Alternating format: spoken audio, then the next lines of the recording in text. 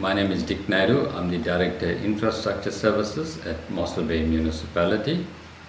I will be giving a brief background on the desalination plant that was constructed in 2009.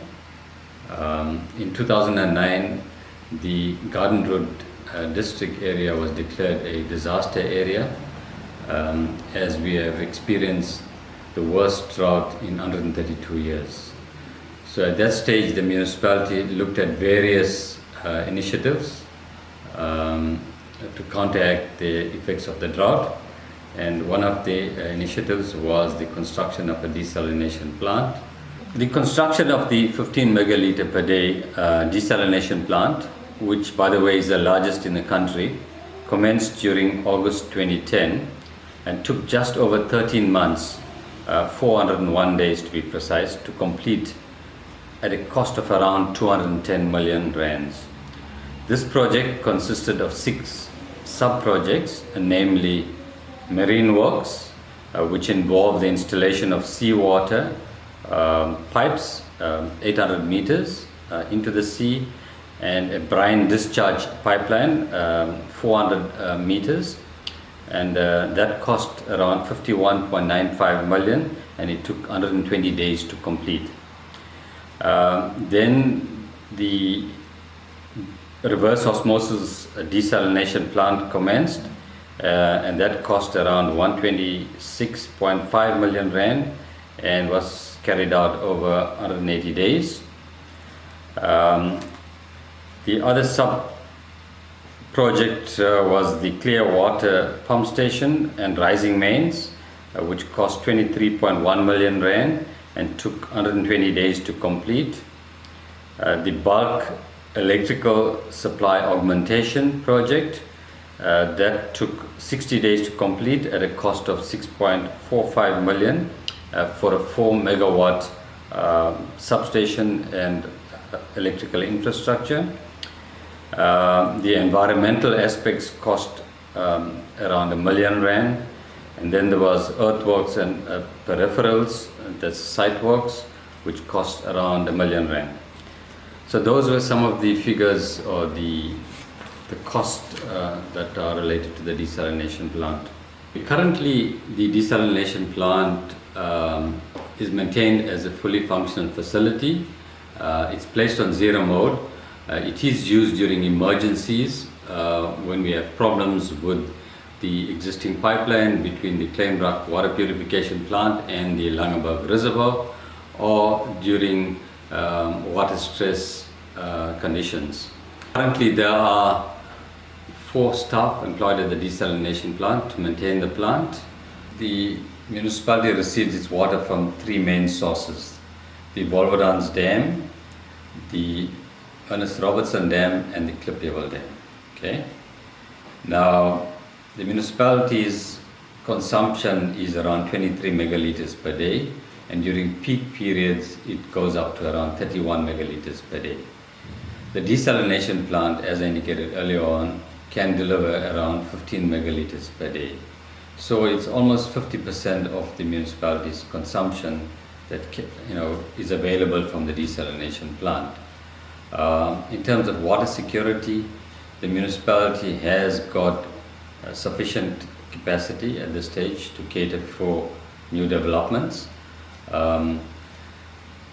According to the stats from Water Affairs, we are currently using just below 10 million cubic meters per annum. I think desalination is excellent technology. In Mossel Bay's case, I think it was a good choice to build the 15 megaliter per day desalination plant. We are very excited about the desalination plant, and I can confirm that the desalination plant was awarded various prestigious engineering excellence awards over the years, especially in the categories below 250 million rand projects.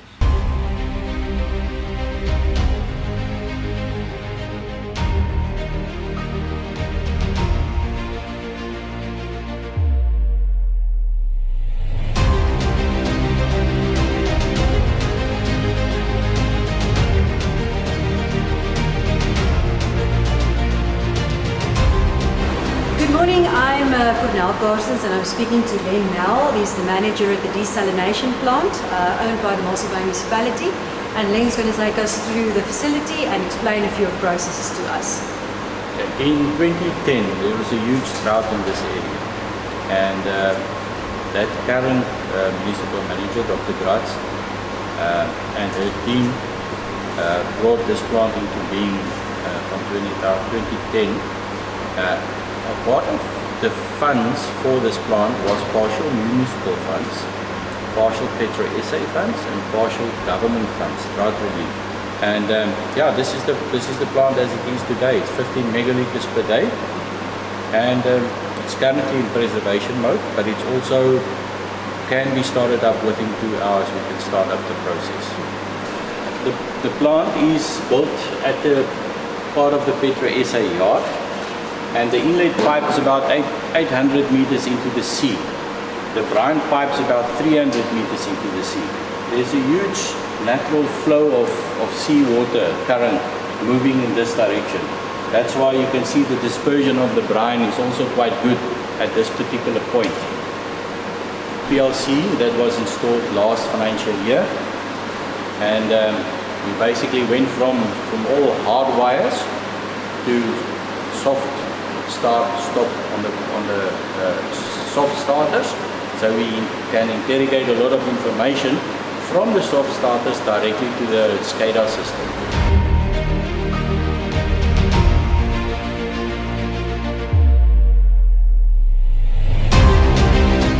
Plant is all the chemicals, so we've got chlorine that we do pre-chlorination and post-chlorination.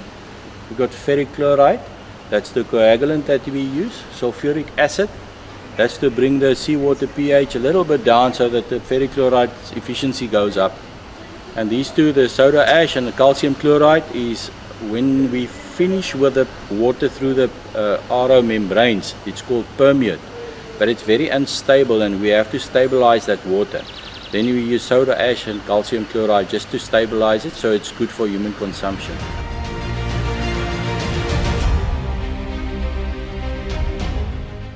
This is my office, and if you look at the buoy and the island, halfway between the buoy and the island is where our inlet works are. Okay, about 3 years ago we did the pipe pigging. That means we cleaned the pipe that's going there, and half of that pipe cleaning they could do from this side, from the pump station side, and half they must do from the other side because it's 800 meters. So they build a pontoon with compressors and high pressure pumps and everything, shark cage for the divers to go down. This side they're working, that side of the island they're chumming for sharks.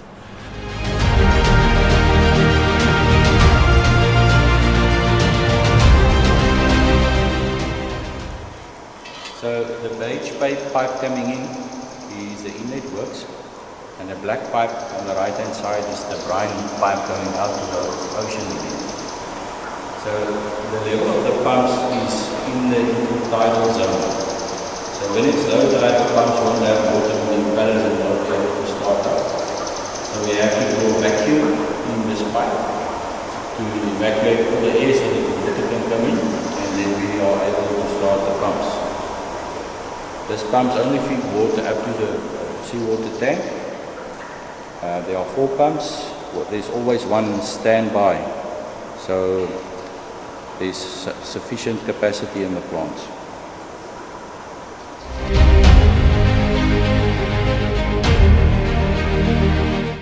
The water from the pump station run into these 3 pipes, and as the water enters from the bottom of the pipe, the velocity decreases. So it allows all the sediment to settle in that first compartment. Then that water runs over into this drum filters, which filter it with a 500 micron drum filter, and the water run into the reservoir which we use for the MMF pumps.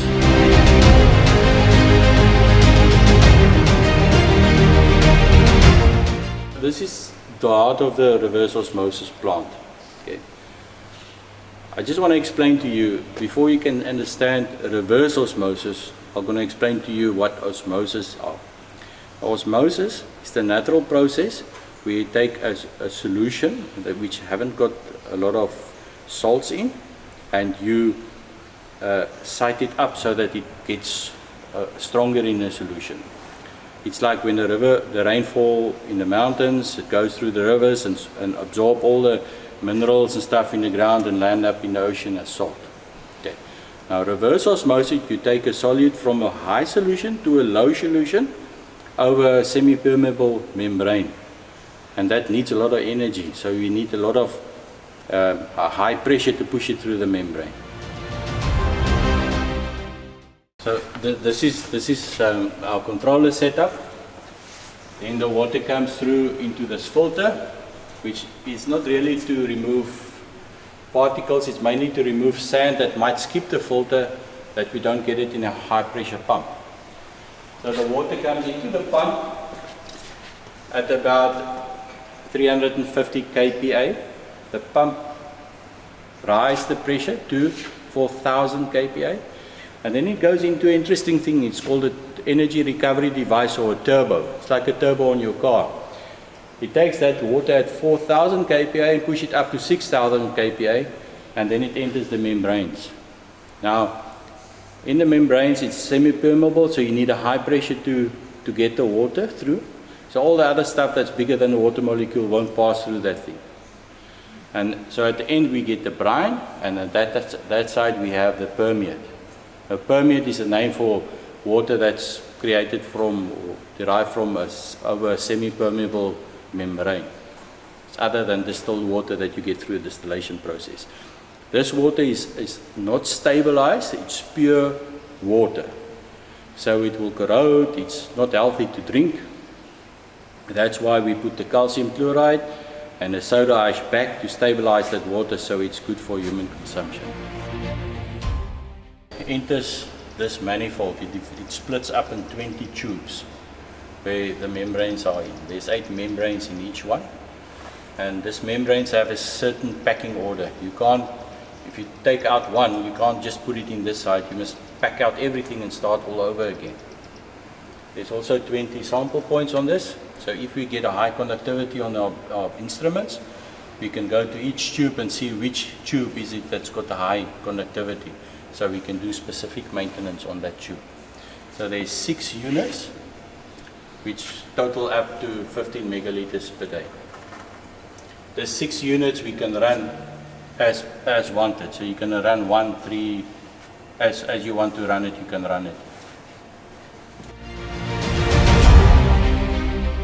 This is my compressed air station, which we use the compressed air for opening and closing all the valves on the plant.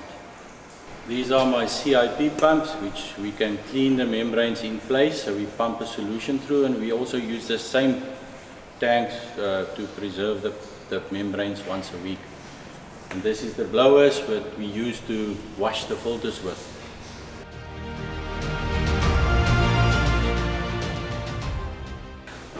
Hi, my name is Mpumsia. I'm the senior process controller here in the Mossel Bay Desalination plant. This is basically where we do all the work, the controls and everything for the plant.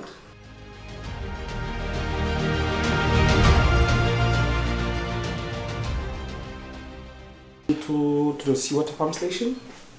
Yes, these are our seawater intake pumps. Then feed it to our seawater tanks. They're far down.